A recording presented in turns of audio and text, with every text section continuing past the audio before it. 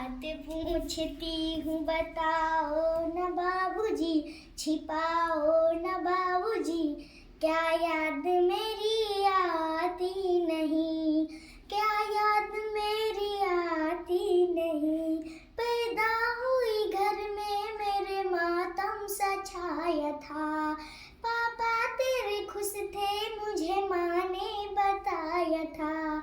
ले लेके मेरा नाम प्यारे बुलाते भी मुझे थे, आते भी कहीं से तो बुलाते भी मुझे थे।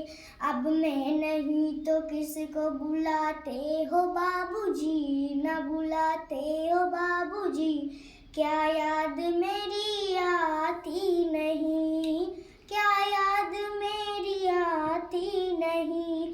हर जिद मेरी पूरी की, हर बात मानती, बेटी थी मगर बेटों से ज्यादा थे जानती। घर में कभी होली कभी दीपावली आई, सैंडल भी मेरी आई, नई फ्रॉक भी आई। अपने लिए गमछा न लाते थे बाबूजी, क्या कमाते थे बाबूजी, क्या याद मेरी आती नहीं, क्या याद मेरी आती नहीं।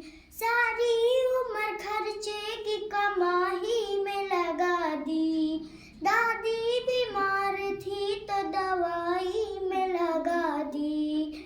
पढ़ने लगे हम सब तो पढ़ाई में लगा दी, बाकी जो बचा उसको सगाई में लगा दी।